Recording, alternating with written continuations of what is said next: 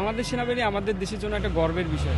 5 তারিখের পর থেকে আপনারা লক্ষ্য করবেন যে পরিমাণ সেনাবাহিনী দায়িত্ব পালন করছে দেশের শৃঙ্খলা বজায় রাখার জন্য, এটা সত্যিই আসলে গর্বের।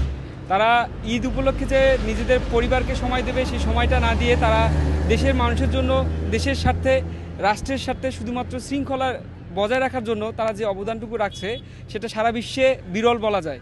এটা আমাদের জন্য সত্যি গর্বের। 5 আগস্টের পর থেকেই সেনাবাহিনী পুরো দেশব্যাপী তাদের দায়িত্ব পালন করে আসছে এবং বিশেষ করে দেখা যাচ্ছে যে এই বর্তমান ঈদের সময় আমরা প্রত্যেকেই আমাদের কর্মস্থল ছেড়ে বা কর্মস্থলের শহরটিকে ছেড়ে নিজ শহরে এসেছি পরিবারের সাথে, সন্তানদের সাথে ঈদ করার জন্য।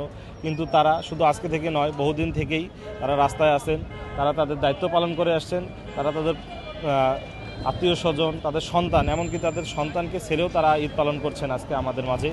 এবং আমাদের শৃঙ্খলাবদ্ধের জন্য আমরা তাদের এই অক্লান্ত পরিশ্রমকে শ্রদ্ধা জানাই।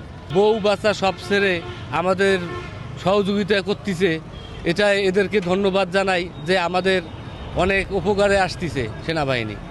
আমরা তাদের জন্য অনেক দোয়া করি, তারা যেন ভালো থাকে, সুস্থ থাকে। এই ঈদের জন্য ওনারা পরিবার ছেড়ে আমাদেরকে যে সহযোগিতা করতেছে সেটা অনেক কিছু। তারা তাদের পরিবার ছেড়ে এই ঈদ আনন্দ মনে করেন আমাদের জনগণের জন্য তারা অনেক কাজ করে যাইতেছে। এটা আমরা সাধারণ মানুষ হিসাবে তাদের প্রতি কৃতজ্ঞ। সেনাবাহিনী আমাদের জন্য অনেক কষ্ট করতেছে জনগণের জন্য। সেনাবাহিনী ঈদ ছেড়ে, ফ্যামিলি ছেড়ে এসে মনে করেন যে অনেক কষ্ট করতেছে সাধারণ জনগণের জন্য। তাদেরকে আমরা অনেক ধন্যবাদ জানাই।